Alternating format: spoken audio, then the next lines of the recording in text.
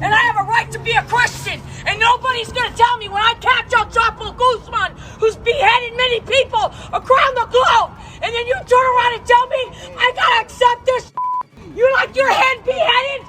This Karen is insulting El Chapo, the former leader of the notorious Sinaloa Cartel, and it proved to be the gravest decision in her life. Engaged in a confrontation with a Mexican, she crossed boundaries she shouldn't have, dragging El Chapo into the conflict. Little did she know her words had reached the ears of the Formidable Cartel. The Sinaloa Cartel, notorious for its brutality, saw her statements as a direct challenge that they could not ignore.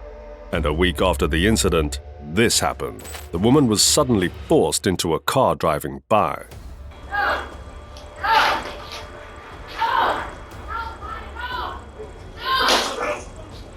She exhibits remarkable resistance as she fights her way out of it, causing the cartel members to relent and depart swiftly. Her intuition proved that she didn't know what was happening, nor expected the outcome, but I think this shows you should not mess with cartels or their leaders. However, it remains uncertain if the men were affiliated to the Sinaloa Cartel, yet considering the circumstances, who else would they be? But if you think this Karen was crazy, have a look at the next one. Her name is Ingrid Escamilla. This Karen became entangled in the fury of her husband, Eric Francisco, who remained concealed as a member of the local cartel. Ingrid stupidly confronted Eric regarding his drinking habits, which he saw as a direct challenge to his masculine authority. In the eyes of the cartel, this misstep could not be overlooked. Regrettably, Ingrid's actions came with a heavy price. Born in 1994 in Puebla, Mexico, Ingrid Escamilla had grown into a bright and ambitious woman, achieving a degree in tourism administration. With this accomplishment, she was blessed with a 46-year-old partner, Eric Francisco, who worked as a civil engineer. As Ingrid embarked on her career in Mexico City, the couple settled in the Vallejo neighborhood of Gustavo Amadeo. Unbeknownst to her, Eric harbored a dark connection to a local cartel. The cartel, a powerful and insidious presence in the Vallejo neighborhood, operated with ruthless efficiency, enforcing their control through fear, violence, and coercion. Eric Francisco was not just a simple member, rather a trusted one of their network, providing essential services and connections that kept their operations running smoothly. Within 5 years, what had begun as a promising relationship between Eric and Ingrid turned into a disaster. Eric's history of domestic violence, including a complaint from his ex-wife for abusing her, along with his drinking habits, became intolerable for Ingrid. Without a second thought, she decided to confront him, a decision that she would regret deeply. On February 9, 2020, during what appeared to be an argument as she questioned his alcohol consumption, Eric's fury flared, and he chose to give her a lesson she would never forget. He savagely assaulted her with a knife to the throat, taking her life. Now, what made this story even weirder was that after Eric did this, he called his ex-wife and confessed his actions. As crazy as it sounds, I think he regretted his actions, as he was literally butchering his own wife and then confessing to his former wife. But Eric didn't stop there either. He waited for the cops to arrive at the crime scene while covered in red next to Ingrid Escamilla's body. The police arrested him and transported him to a patrol vehicle where he admitted and confessed to his crime. ¿Cómo fue que la mataste? Con ese mismo cuchillo que me golpeó se lo enterré por el cuello.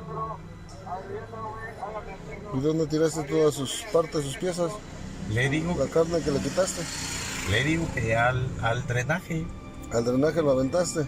Sounds crazy, doesn't it? Well, the story of Ingrid is pretty similar to the story of this Karen, but this one is maybe even crazier. Meet Marion, a Karen whose demanding demeanor and insistence on getting her way got her involved with Michael, her ex-husband, who was a concealed cartel member. Despite believing their relationship was built on love, Michael's allegiance to the cartel, known for its strict rules, contradicted Marion's expectations. When Marion demanded £10,000 settlement in their impending divorce, she had challenged the cartel's norms, leading to unforeseen consequences. This action stirred anger within Michael and soon would cause her remorse. Marion Price, a 63-year-old woman living in Northamptonshire, had once been involved with him in a turbulent marriage marked by abuse and control. Unaware of Reader's criminal ties to a local cartel, the cartel's power was not only in its vast network of connections, but also in its strict code of conduct. Loyalty was paramount, and disobedience was met with swift and severe consequences. Those who dared to defy the cartel's authority soon found themselves facing the wrath of their enforcers. When Marion demanded a £10,000 settlement in their impending divorce, she had crossed a line that would have dire repercussions. To the cartel, her demand was not just a financial matter. It was a challenge to their supremacy, a threat that could not be ignored. In a horrible twist of fate, Marion's determination to advocate for herself sealed her awful fate. One fateful day in December 2019, Marion was ambushed by Rita, who pulled up alongside her on a motorbike in a car park in Earls Barton. In a fit of rage and vengeance, Rita mercilessly shot Marion dead. His actions showed no respect for her life or the consequences. It was as if he was seeking vengeance. Following investigations, the prosecution discovered that Rita had planned the murder with the assistance of his accomplice, Stephen Welsh. They gathered near a car repair facility shortly after Marion's death, implying that their plans were prearranged. This crucial proof resulted in both being found guilty and being jailed for manslaughter. Pretty crazy on how one can easily die, right? But if you think Marion's story was heavy, the next one will be even heavier. Get your out of my country. I put my life on the line for this country. Not your Go back to Mexico, you. This Karen believed she was untouchable. Her entitlement had no bounds as she flaunted her status, looking down on anyone she felt inferior, but her arrogance had blinded her to the imminent danger. On that day, while driving through Albuquerque's busy streets, she came across a group of Mexicans crossing the road. Instead of yielding, she yelled angrily and almost ran them over. Infuriated by their presence on her path, she followed them to the nearest parking lot. She approached the group, spewing racial slurs and hateful language, demanding that they leave her country. Unbeknownst to her, one of the men she targeted had ties she never imagined. One of the group members addressed her quietly and encouraged her to be mindful of her comments, but her ignorance prevailed. "Who are you going to call? Are you going to call the cartel?" she mocked. Who are you gonna call? You think we're gonna call the cops? You're gonna call the cartel? Little did she know the group wielded far more influence than she realized. Imagine just throwing yourself into the hands of the cartel. Isn't that pushing one's luck? A week after the incident, Karen received a terrifying warning. A simple photo of her home address with a cryptic warning written in bold letters. "You've crossed a line. Apologize or face the consequences." This threat terrified Karen, prompting her to consider the magnitude of the adversary she could have provoked. She gradually realized how far the cartels were ready to go to maintain their supremacy and the gravity of questioning their authority. But if this story did not impress you, next one will, as I saved the best for last. Meet Eva Garcia, whose reckless behavior landed her in a dangerous predicament, suspecting her neighbor Martinez of questionable activities and eventually exposing his ties to a notorious cartel.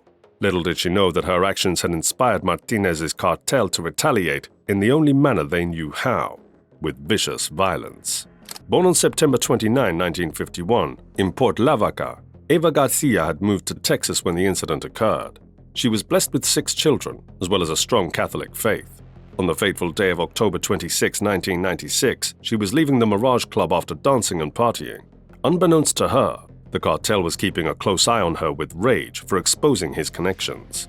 As she strolled through the parking lot, she suddenly found herself surrounded by masked assailants. Before she could fully grasp the situation, she came face to face with a furious Martinez. In a swift and brutal move, Martinez fired 3 fatal shots, ending her life abruptly. A day later, the pastor of the nearby Central Baptist Church discovered her injured body behind a row of bushes in the church parking lot. To everyone's surprise, it was Eva Garcia. As soon as the event was reported, the police responded swiftly. They arrived at the scene and uncovered indications that the victim's clothes had been pulled off with force. All evidence recovered from the crime site was sent to a crime laboratory in Lubbock, run by the Department of Public Safety for analysis. With a blood sample from the scene, the investigators had a CODIS hit. The sample belonged to Albert Martinez Jr.